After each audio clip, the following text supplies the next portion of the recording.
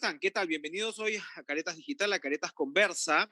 Eh, Vivimos una situación, sobra decirlo, complicada y algo de lo que siempre estamos seguros es que los jueves sale en Caretas la columna en corto de Fernando de la Flor. A pesar de todos los problemas, siempre podemos tener, y la inseguridad, digamos, ¿no? Y los imprevistos, siempre podemos tener previstos que leemos a Fernando los jueves. Por cierto, en Caretas impreso también, que sale también en un par de semanas, pero todos los jueves pueden leer, y siempre hago la aclaración, la columna de Fernando en nuestra edición digital. Y hoy se pregunta si saldrá Castillo. Es una columna bastante interesante, vamos a comentarla, pero primero quiero darle, por supuesto, la bienvenida al abogado Fernando de la Flor. Además, por cierto, ex representante del Perú ante la Organización de Estados Americanos, lo cual es un escenario bastante complejo ahora. Fernando, gracias por estar con nosotros. Quería preguntarte primero sobre la situación en Cancillería, porque ha llamado la atención, bueno, la entrada del señor Rodríguez Mackey, que como publicamos en un artículo que te cuento que ha sido muy leído hace un par de días en Caretas Digital, donde recopilamos las pullas que él había tenido contra sus predecesores, ¿no? En su columna del diario Correo. Es decir, Torre Tagle es una institución particular, institución al fin y al cabo, lo cual es de celebrar en la situación en la que estamos. Y la información que tenemos es que no ha caído muy bien ese nombramiento de este nuevo canciller, al menos, digamos, entre lo que podríamos denominar el establecimiento de embajadores. Y no lo han hecho explícito, pero el hecho es que este nombramiento ha sido sucedido por dos renuncias muy importantes. La de Manuel Rodríguez Cuadros, precisamente ante la representación ante Naciones Unidas, y Harold Forsyth ante la OEA. El tema con Harold, adicionalmente, es que Harold había estado organizando desde ese puesto la próxima cumbre iberoamericana en nuestro país. Lo primero era pedirte un comentario sobre esta situación que parece tensa, pero claro, los diplomáticos siempre llevan la fiesta por dentro, ¿no? O los dramas por dentro. ¿Qué nos puedes decir al respecto y sobre todo con ese papel que cumpliste ante la OEA, que conoces además la organización por dentro muy bien? Bueno, primero, Enrique, saludar a la audiencia de Caretas Digital, agradecerte la invitación y bueno, conversaremos respecto de los temas de actualidad.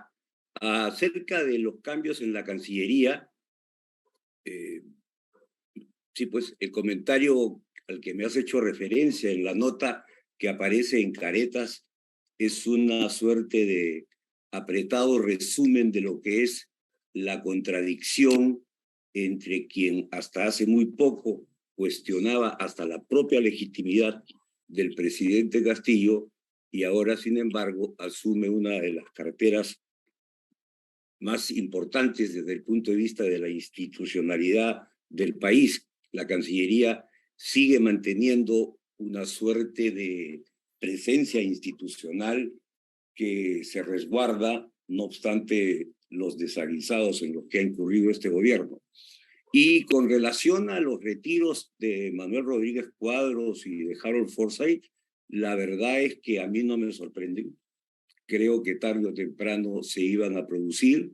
Son profesionales de muy alta calidad, han tenido una carrera diplomática muy solvente y muy acreditada, y la pregunta caía de madura y por consiguiente no me ha sorprendido el alejamiento de ninguno de ambos de los cargos que han venido desempeñando en los que, como bien sabemos, estando ellos ya fuera del servicio en razón de la jubilación, tenían una representación de carácter político que simplemente han interrumpido, entiendo que según ha trascendido en los medios, por discrepancias precisamente con el que se ha designado nuevo canciller del Perú.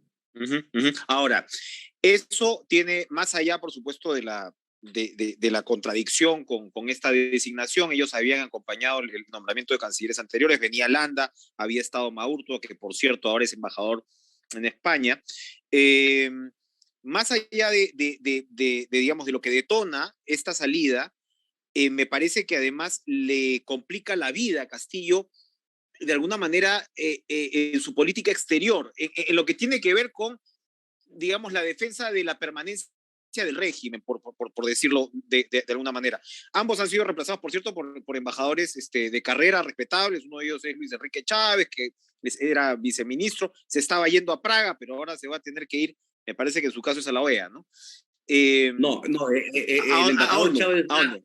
a Naciones Unidas Sí, y entiendo que Manuel, el embajador que estaba en México, sí, eh, que el es que estaba en México, ex viceministro va en ese caso a la OEA también, ¿no? Manuel Talavera va a la OEA, Talavera, exactamente. Talavera. Ambos embajadores solventes, los conocemos, etcétera, ¿no? Pero claro, Forsyth y Rodríguez Cuadros, digamos, tenían un peso de veteranía y una relación con los organismos internacionales que de alguna manera decía, ojo con lo que vaya a pasar con la creatividad del Congreso o lo que fuera frente, ¿no? a la continuidad de Castillo. Ahí me parece que Castillo pierde, ¿sí o no?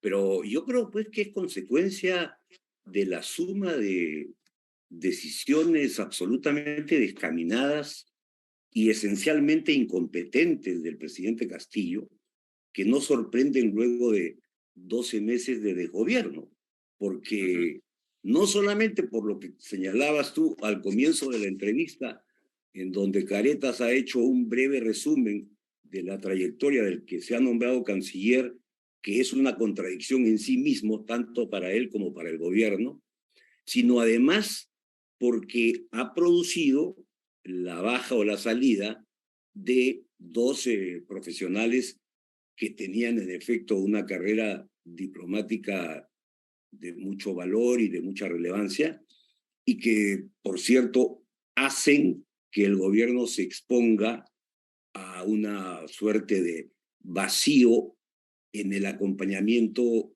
ante el mundo internacional, no porque los nuevos embajadores designados, que son profesionales también de trayectoria y de competencia comprobada, no pudieran hacer el encargo, sino porque la propia decisión del gobierno es políticamente tan insensata que por más esfuerzos que hagas, Enrique, 2 más 2 son 4 en cualquier parte del mundo.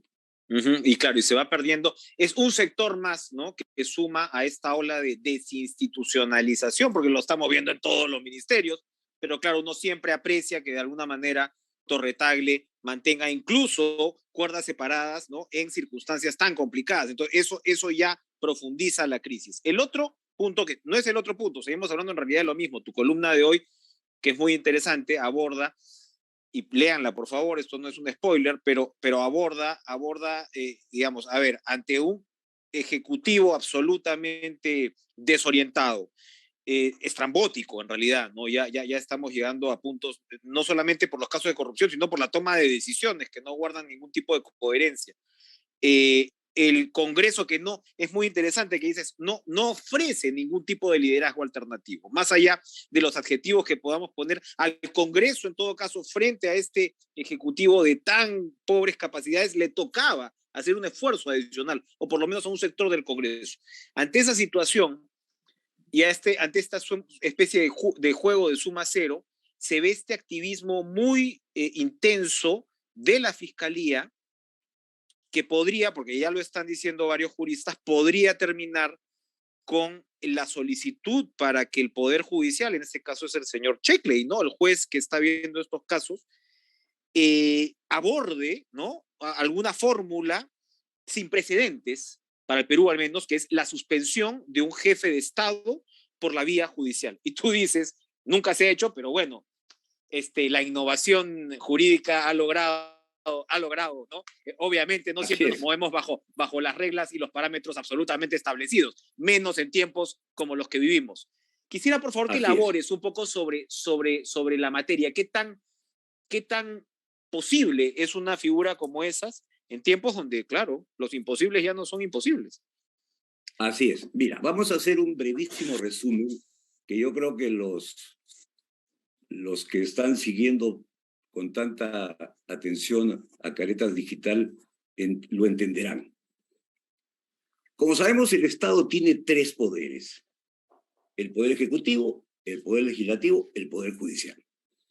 Lo ideal frente a una situación tan complicada y al mismo tiempo directamente originada por el propio presidente de la República es que el Ejecutivo asuma la responsabilidad de todas las, diría yo, actitudes, desaguisados, desencuentros y equivocaciones en las que ha ocurrido y tome la más sensata, sana y menos dramática decisión, que es renunciar a la presidencia de la República.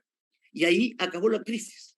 Y esa es una decisión que exclusivamente compete al presidente de la República, porque el Congreso está fuera de duda que va a aceptar esa renuncia.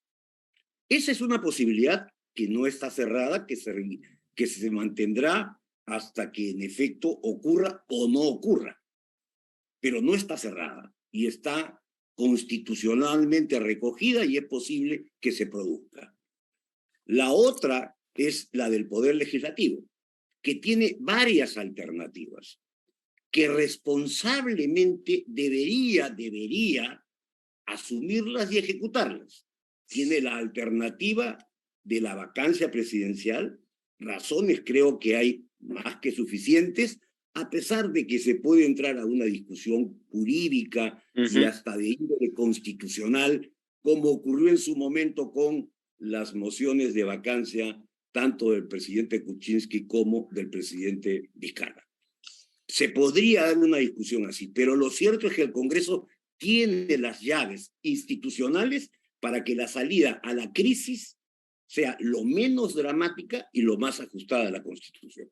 Muy bien, como hemos entrado a un juego de suma cero, porque lo que hay es un entrampamiento en donde el Ejecutivo y el Legislativo no tienen forma de encontrar una salida, lo que no puede seguir ocurriendo es que la realidad frente a la pétrea inscripción de lo que está escrito a través de una norma sigue su curso y el país sigue en una suma de crisis. Acá vamos de tocar la crisis de la Cancillería y comenzarán a reproducirse en otros sectores. Entonces, no podemos permanecer impasibles cuando hay salidas institucionales que evidentemente representan un gran desafío. Y esas salidas institucionales, ya que el Ejecutivo y el Legislativo no quieren cumplir las responsabilidades que corresponden a cada quien, entonces volteemos y veamos qué puede hacer el Poder Judicial. No porque se inventen las consideraciones, sino porque las consideraciones existen y se han dado varios pasos. Un primer paso es que por primera vez en la historia de la República Peruana se ha iniciado varios procesos de investigación a un jefe de Estado en ejercicio. Eso no ha ocurrido nunca antes, Enrique, en el país. Hoy día sí, porque el fiscal, entiendo que fue el fiscal Sánchez y ahora la fiscal de la Nación, Benavides, han hecho la interpretación de que ese encierro del artículo 117 de la Constitución, que le da una inmunidad superlativa al presidente, tiene la excepcionalidad de que yo no lo acuso, pero sí lo investigo. Y eso es exactamente en el camino en el que se está. Ese camino tiene un tránsito que está lleno de acechanzas, absolutamente desafiante. Yo no digo que necesariamente vaya a resultar lo que tenga que hacerse. Lo que digo es que hay que seguir explorándolo. Todas las salidas frente a crisis de la magnitud institucional que tenemos en el país, en todo el mundo, se han logrado a través de innovaciones de las propias herramientas o recursos que nos dan las leyes, las instituciones, la Constitución, la creatividad, en fin, todo aquello que apareja a que no podamos mantenernos inermes e inmóviles frente a una crisis de la magnitud que día a día va cobrando muchísimo más volumen.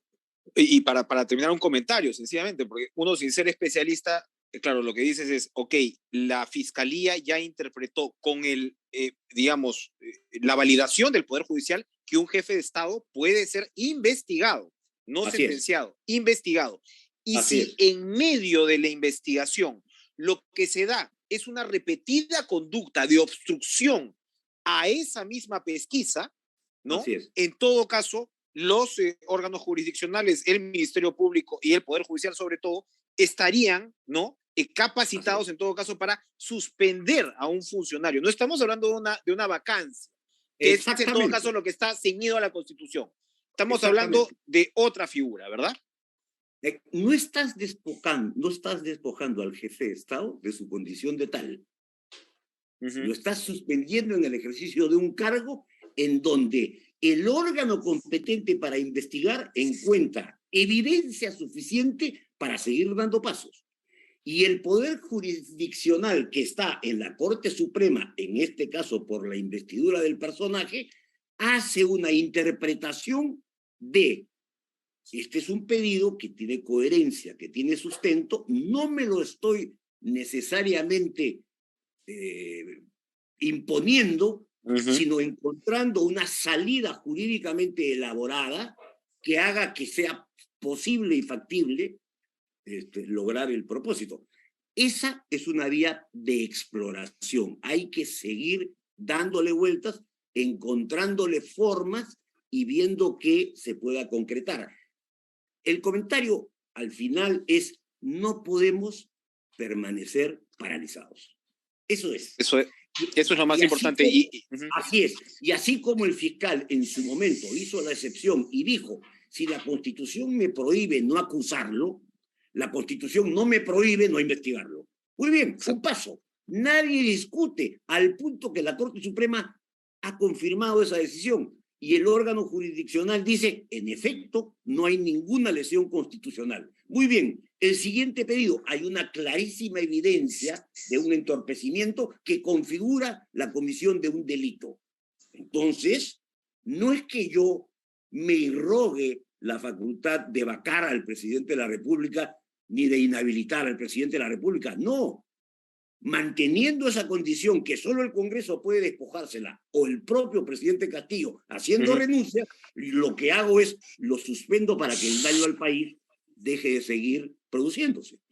Hay que decir que es una ruta exploratoria sumamente interesante, porque efectivamente las instituciones tienen que hacer su trabajo. Hay tres principales poderes del Estado. Si dos de ellos no lo están haciendo, queda mirar, ¿no?, a un poder judicial que no es ningún órgano administrativo, ¿eh? No es ningún órgano menor, es exactamente una de las tres grandes ramas de contrapeso de poderes, pues, que constituyen la democracia. Fernando de la Flor, muchísimas gracias. Es un gusto, como siempre, conversar contigo.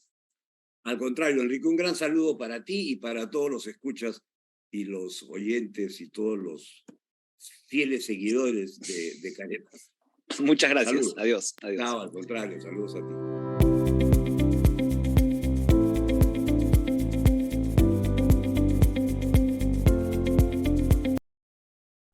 ¿Qué tal? ¿Cómo están? Bienvenidos de vuelta a Caretas Digital. Estamos en nuestro bloque Caretas Electoral. Hay, por supuesto, un gran interés por muchos distritos, muchas regiones, pero si bien Caretas es un medio que, tanto en su dimensión impresa como sin duda pues en su dimensión digital, llega a todo el país y siempre ha tenido interés por todo el país, qué duda cabe que Miraflores es uno de los puntos emblemáticos y donde se genera también mucho interés para nuestra lectoría y para nuestra audiencia de internautas en este caso.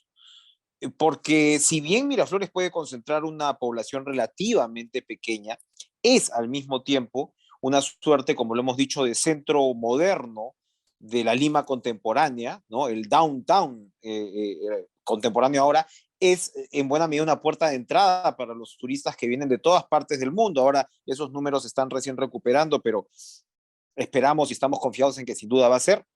También lo decíamos, antes de visitar Machu Picchu, sin duda van a recalar por Miraflores, incluso antes de llegar al centro histórico de Lima. Y por supuesto es al mismo tiempo un punto cosmopolita, es una carta de presentación y qué duda cabe, también es un distrito como tantos otros con problemas. Y por cierto, además una plataforma para la política ya de ser alcalde de Lima con esa posibilidad e incluso la política internacional. Fue el caso de Alberto Andrade, que es un alcalde paradigmático de Miraflores, que pasó luego a ser alcalde de la ciudad y tuvo sin duda pues resultados bastante importantes y claro, de ahí ha saltado también al Congreso muy recordado Alberto Andrade, y ahora mismo Rocío Andrade va a candidatear por un movimiento que es el de las escobitas. Nos va a aclarar el nombre. Rocío Andrade, hija, por supuesto, de Alberto Andrade, porque tiene su propuesta propia y tiene sin duda, al mismo tiempo de esa propuesta propia, qué duda cabe, pues unos valores que defender de la recordación de lo que fue la gestión de Alberto Andrade. Es un punto de partida ese Rocío muy importante. Gracias por estar con nosotros. ¿Cómo está usted? Es un punto de partida y también un desafío el estar a la altura de ese legado. Gracias por estar con nosotros, Rocío Andrade, candidata a la alcaldía de Miraflores. A usted las gracias, señor Chávez, por la invitación y por el tiempo que me están brindando. Muy amable, gracias. Si tiene que usted que resumir, ¿cuál es su propuesta para el Miraflores de hoy? ¿Cuál es? ¿Cuál sería? Simplemente mis vecinos, la atención y la gestión para mis vecinos. No solamente los vecinos que viven acá, sino los vecinos de otros distritos que vienen acá al distrito, incluidos los turistas, porque Miraflores tiene un gran, como usted lo ha dicho hace un momento, ¿no? Acá recalan antes de llegar a Lima. Entonces vienen acá a Miraflores, ¿no? Entonces esa es la atención, la seguridad y la atención que se le tiene que dar a los turistas. Hay una preocupación siempre importante que es la de la seguridad. Usted lo acaba de señalar. Miraflores es comparativamente un distrito que ha pasado momentos más difíciles que los actuales en ese sentido, pero bueno, la pandemia le ha complicado la vida a todo el mundo, hay nuevas formas de delincuencia y hay siempre expectativas sobre lo que Miraflores tendría que hacer, porque repito, siempre termina como siendo una suerte de modelo incluso para el resto del país, para el resto de distritos. ¿Cuál es la propuesta en términos de seguridad? El serenazgo en Miraflores fue de alguna manera un precedente, ¿no? Mire, señor Chávez, en ese aspecto, si bien es cierto, la seguridad le compete a la policía, más no a la municipalidad, ¿correcto? Es cierto también que la municipalidad es el nexo más cercano al poblador, ¿no? Por lo tanto, la municipalidad tiene que velar por sus vecinos. Por lo tanto, lo que nosotros queremos es unir a todos los integrantes involucrados en el tema de seguridad ciudadana. Vale decir, ministerio, policía, vecinos, porque también son integrantes del distrito, ¿no? Los vecinos también son los ojos y oídos de la municipalidad. Por lo tanto, es unir a todos ellos, ¿no? Para poder trabajar en conjunto, porque solo no se pueden hacer las cosas, ¿no? Ahora, usted tiene una preocupación interesante en lo que es la centralización de los servicios para los vecinos. Ahora mismo, bueno, en el caso de Miraflores, todo lo que son servicios, digamos, directo de ventanilla, han pasado al local este que está en Larco. Se supone que el Palacio Municipal, que por cierto es una joya arquitectónica e histórica, se va a convertir en un Palacio de Bellas Artes. No sé si usted va a mantener esa línea, pero cuando nos habla de centralizar los servicios de los vecinos, ¿cuáles son las propuestas en específico? A ver, es muy sencillo. Los vecinos de Miraflores, un 30% de los vecinos de Miraflorinos son adultos mayores. Adultos mayores que con más, digamos, más de 50 años ha estado acostumbrado a estar yendo a hacer su colita al banco, a hacer su colita a la municipalidad para pagar sus impuestos o sus trámites, digamos. No podemos, la municipalidad, las áreas de la municipalidad están disgregadas en diferentes áreas del distrito. Y eso no está bien porque los hacen pasear de un lado al otro a los vecinos, a los señores adultos mayores. Lo que queremos es centralizar en un solo local, ¿no? Todas las áreas, para que la persona no tenga que estar yendo y viniendo para otro lado, ¿no? Es más, las facilidades del caso, porque los adultos mayores son personas que no manejan muy bien todavía el sistema de teléfonos, internet y todo eso. Son muy desconfiados de esos sistemas, ¿no? Y lo tengo yo, por ejemplo, en la prueba de mi madre. Mi madre ya es una persona adulto mayor, ¿correcto? Y mi mamá desconfía, ella prefiere ir al banco a hacer el trámite antes de usar. ¿No es cierto? No creen, tienen miedo de que les vayan a engañar. Y alguna razón tienen, ¿ah? Porque también se han multiplicado las estafas en línea y entonces, bueno, a veces en el caso de adultos mayores, si no dominan del todo la tecnología, si los jóvenes caen en los engaños, a veces vale la pena prevenir y ser bastante cuidadoso y precavido, ¿no? Claro, y yo quiero tener ese cuidado con el adulto mayor, porque yo soy una persona que ha tenido a sus abuelitos, ¿no? Ujú, Entonces, darle la prioridad a estos papapas para que puedan, ujú, para que tengan la facilidad de hacer las cosas y la atención sea amigable para ellos, que sea, digamos, llegar y que la persona que los está atendiendo los pueda orientar, porque muchas veces llegan estos señores, no tienen la menor idea qué cosa es lo que tienen que hacer, ¿no? O vienen ujú. a averiguar qué es lo que tienen que hacer. Entonces, la persona que los guía, la persona que los atiende en ese momento, tener, tener la delicadeza de poderlos guiar y poderlos llevar de aquí para allá, digamos, Ujú. pilotearlos para que ellos puedan hacer sus trámites, ¿no?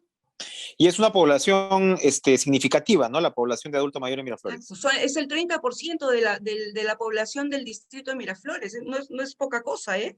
Ujú, Son ujú. bastantes, ¿no? Ahora, Miraflores también es visto ahora mismo, pues, a pesar de la pandemia, y en la pandemia en realidad nos hemos dado cuenta de cuánta falta nos hacía la cultura, y la cultura en espacios públicos es doblemente importante, porque es en muchos casos la forma más cotidiana que la población tiene precisamente para relacionarse con algo que de repente no nos damos cuenta cuán fundamental es, pero repito, ¿no? Precisamente en momentos, en años como los que hemos vivido, se nos ha notado ese déficit, ¿no? Es ¿Qué bueno que me ha, propone? ¿Qué propone Mira, es en bueno que esos me has hecho, términos? qué bueno que me has hecho esa pregunta, ¿por qué? Porque tú lo has dicho, la pandemia generó una especie de angustia en las personas, ¿no? Uh No -huh, solamente los adultos mayores, también los jóvenes y los niños. Al no poder salir a sus actividades normales, al cambiarles toda su vida, le trastocaron toda la seguridad y toda aparte sacaban mañana, tarde y noche todos los muertos, heridos y habidos y por haber, entonces generaron una especie de miedo ante la población, ¿correcto? Entonces, Miraflores siempre ha sido un punto, digamos, de ejemplo para el resto de distritos, ¿no? Miraflores siempre ha tenido actividades culturales, queremos recuperar esas actividades culturales para las diferentes edades, porque en Miraflores tenemos niños, adolescentes, mayores, adultos mayores, y tenemos, ¿no? Tenemos a los turistas. Entonces, uh -huh. por un lado, la población que vive en Miraflores, lo que queremos es proteger la salud mental que tienen estas personas. ¿De qué manera? O sea, dándoles, recordándoles otra vez que salir a la calle no es peligroso, que salir a la calle es bonito, para que se distraigan, para que recuperen otra vez, pierdan otra vez ese miedo que tuvieron cuando fue la Uh pandemia, -huh. ¿no? Y en caso de los turistas, ¿no? También, que vean que llegando a Miraflores hay alegría, hay actividades, hay deportes, hay todo. Y todo eso se tiene que volver a recuperar, ¿no? Uh -huh. En el distrito, en la gestión. Y eso es lo que queremos nosotros en la gestión. Miraflores es un distrito que, si bien tiene un sistema de recaudación, digamos, importante, y claro, tiene una población en general con recursos, de todas maneras es difícil hacer obra porque, claro, es una población reducida. Eh, ¿Qué propone usted para esto, y cuáles serían, en todo caso, las principales obras de infraestructura que usted impulsaría? Mira, cuando yo te digo queremos, ¿por qué digo queremos? Porque nosotros no podemos hacer una promesa mientras no tengamos la certeza de qué nos están dejando en la municipalidad, ¿no? Uh -huh. Nosotros tenemos que trabajar en base al presupuesto que tenemos en la municipalidad. Por eso es que a veces yo escucho las promesas que vamos a hacer esto, vamos a hacer aquello, pero un momentito, la municipalidad de Miraflores tiene 254 millones, ¿no? De presupuesto, de los cuales hasta ahorita, en este minuto, solamente se han usado el 50%. Entonces, nosotros no sabemos de aquí a final de año cómo va, si se termina de usar ese 100% o, no, o simplemente se van a sobrepasar de ese presupuesto. Por lo tanto, nosotros tenemos que amoldarnos, la gestión se tiene que amoldar a lo que tenemos. Nosotros tenemos la propuesta de hacer, por ejemplo, la propuesta básica mía es hacer la municipalidad en un solo sitio, el local de Uh -huh. servicio, ¿no? En un solo lugar, para que tengan como te dije al principio, Uh -huh. ¿no? Entonces, todo eso ya yo lo tengo analizado, presupuestado, todo está ya. Yo no voy a ofrecer nada que no vaya a cumplir. No es mi naturaleza. Entonces, todo ese proyecto que te digo del local de servicio de atención a los vecinos, ya yo lo tengo hecho. Pero yo tengo que ver de qué manera el presupuesto me va a ayudar. Y si no me ayuda, de qué manera lo voy a tratar de conseguir la inversión para poder hacerlo. Por ejemplo, no solamente esta cuestión del local para la atención al público, también tenemos también pretendo aumentar el número de serenos porque la gente necesita la seguridad. Antiguamente, la gente confiaba en su sereno. Es más, confiaba más en el sereno que la misma policía, ¿no? Entonces, tenemos que recuperar esa confianza en el sereno, ¿no? No solamente en aumentar la cantidad, sino es en educarlos para la atención al público. Porque muchas veces los serenos que vienen acá a Miraflores no son de Miraflores, son de otros distritos, y no sabemos con qué se ha encontrado en los otros distritos y maltratan muchas veces sin querer al poblador miraflorino, ¿no? Y que tampoco merecen ser atendidos así, ¿no? Entonces, esa es la idea también. Tiene usted una impronta que es muy, muy vecinal, eso es bastante interesante, en relación con los propios vecinos, con los ciudadanos, con los pobladores de Miraflores, pero hay también obras en marcha y obras que han sido también controversiales. Pasa con el Parque Bicentenario, este que está en la Costa Verde, donde vecinos se han mostrado en contra, ha habido un tejimaneje judicial, se supone que las obras se han retomado, pero hay una desazón por parte de algunos vecinos. Y hay otras como los del Smart City, que entiendo yo también están en marcha. ¿Usted va a continuar con esas iniciativas o las va a modificar? No, lo que nosotros vamos a hacer es, lo bueno se mantiene, lo que no está bien se corrige, ¿no? Y se enrumba hacia lo que debería de ser. Nosotros no podemos, a ver, toda la vida en las municipalidades, los diferentes gobiernos entran y piensan que porque entraron, lo anterior ya estuvo mal y tienen que corregirlo todo. Eso no es así, ¿no? Lo que está bien hecho, se queda bien hecho. Lo que no está bien hecho, se corrige. Yo no voy a... Hay cosas que están mal hechas que usted ya las tiene bien identificadas. ¿Puede compartir una o dos con nosotros? Por ejemplo, el problema que hubo con el Parque Bicentenario, que usted me está mencionando, es que no se consultó al vecino. El vecino miraflorino es una persona que le gusta que le consulte, que le diga. Yo como autoridad no puedo ir en contra de mis vecinos. O sea, si tengo a un grupo mayoritario que no está de acuerdo con eso, entonces sopesar qué tan bueno es hacer una obra de ese tipo. ¿Por qué? Porque no hago caso a los vecinos y hago la obra, ¿y qué hago? Los vecinos se me vienen encima, ¿correcto? Entonces, sacrifico, es una balanza, ¿no? Sacrifico mi intención de hacer obras a costa de los vecinos, no me parece, ¿no? No me parece, me parece que prioridad para un alcalde son sus vecinos. Perfecto.